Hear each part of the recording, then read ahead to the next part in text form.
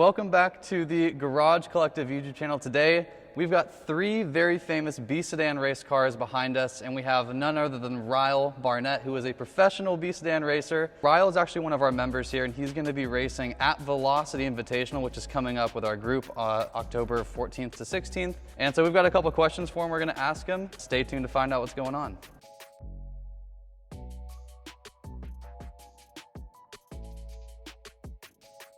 It's unconventional. I didn't have a dad who walked me into the garage and showed me cars. It was actually quite the opposite. I grew up without a dad, and I had three sisters, and for whatever reason, the only thing I wanted when I was a kid was a road and track subscription to Road and Track. That's what I asked for at Christmas time, and then I would just read it and look at pictures, and it would take me to cool places with cool cars, with cool people in it. And it's kind of how I would escape. Yeah, I'd be happy to. So this is an 1800 Ti, also known as the new class. This is a more high performance version of the Street 1800. And then there was an 1800 TISA, which was only sold to race car drivers back in 1965. These were raced and raced aggressively in the mid-60s. At the very first Trans Am race, that was a B-Sedan Trans Am race in 1966 at Sebring, had 4 of these, along with 6 Alpha GTAs. In the mid-60s, if you want to go racing with BMW, this is the best you could do, or a TISA.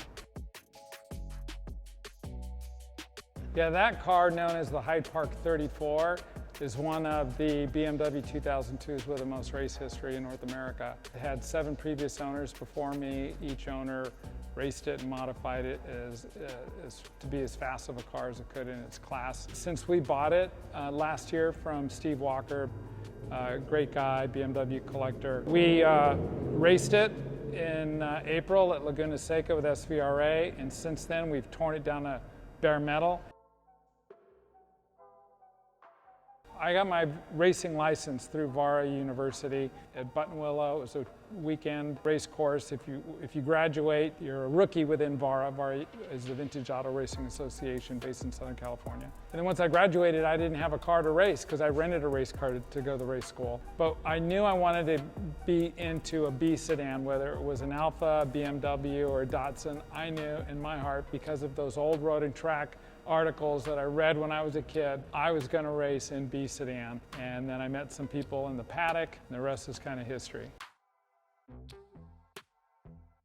I love the whole era. I love the mid-60s to early 70s and most of the cars and all the race history and the racetracks in that era.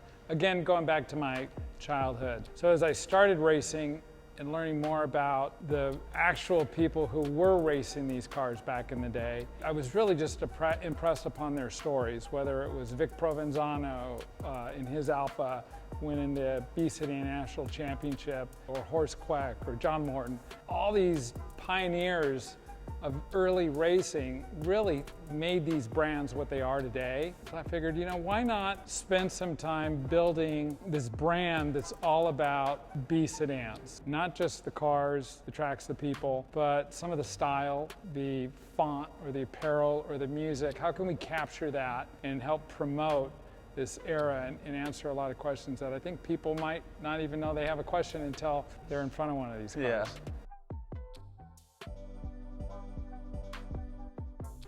All right, well, this is my first time driving a 510, and I can't wait. Ooh. Oh.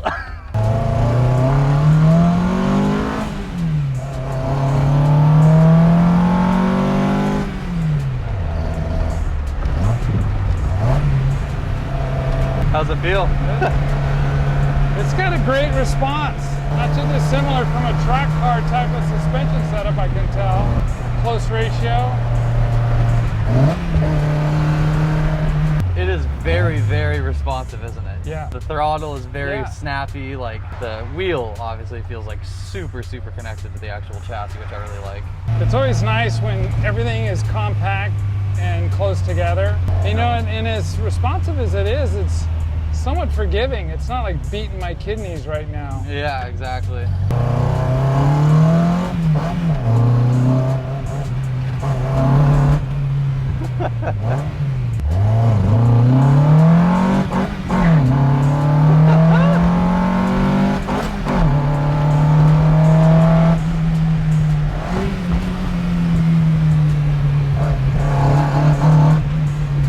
Oh yeah, dude.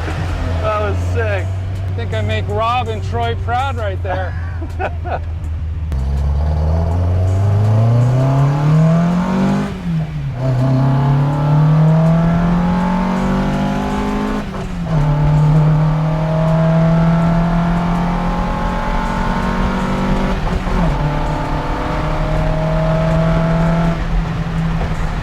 Well, this car liked it. I could tell it didn't like being babied. And it's a well-built car. Yeah. I felt like I could trust it. So whoever built this, I think Troy put his hands on this car, Oh, he right? did, yep. Yeah, well, if you would have told me that in the beginning, I probably would have driven it harder. Time for the Alpha GTV 2000. First time driving an Alpha GTV. I own one under restoration right now. So this will be kind of cool to see what it's going to be like when I take delivery. Totally. Hopefully next year. Oh, sorry there. It doesn't matter how you try to get in the second, Yeah. it doesn't like it. So Not you. immediately I noticed the pedal box is quite a bit tighter. So what do you think of this thing so far? I know we haven't really driven it too hard quite yet, but how do you feel about it? What's your gut feeling so far? Well, it's certainly not the race car that the blue 510 that we just got out of was. It's really responsive, and it's a little softer in its setup, but very responsive. The steering is spot on, and throttle action's really quick. So what do you think about that pedal box, how tight it is? I'm not used to it, but I'm going to have to get used to it. All of them stock though, which one would be the least competitive? And I know it's hard to say because that's not how they race, obviously, but which is the least track-ready car from the factory? That's a really good question. I think they're so close. I just hit the throttle. Yeah, I know. I think they're so close. It would be up to who's the driver.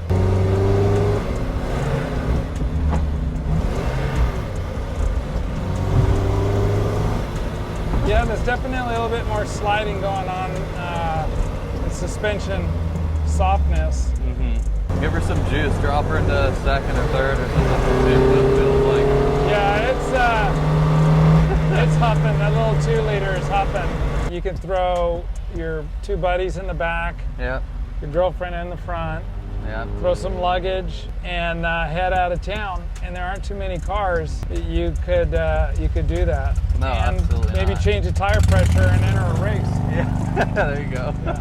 That is a large steering wheel. Yeah, you don't have a quick ratio steering box. Again, this is an 1800 Ti. They were raced 4-speed, fun to drive. Nowhere near as responsive as the Alpha and the 510, but that's a complete apples to oranges comparison. This thing feels very composed. This feels the nicest out of all of them, but this is also, I think this is the nicest one, right? I mean, it's a TI. It's certainly the oldest. This was a B Sedan. This raced in B Sedan in '66, and as I mentioned, the Alphas did really well in '66. This just feels luxurious. It is. is. It really does. You know, it's got a look at the little tack right there. I was gonna say the little tack is so cool. You know, but if you have a tack, that was not. We take tacks for granted.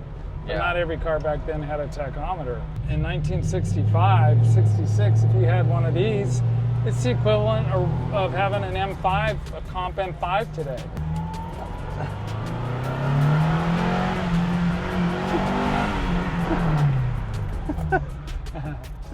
I don't know, but I think I heard a wheel.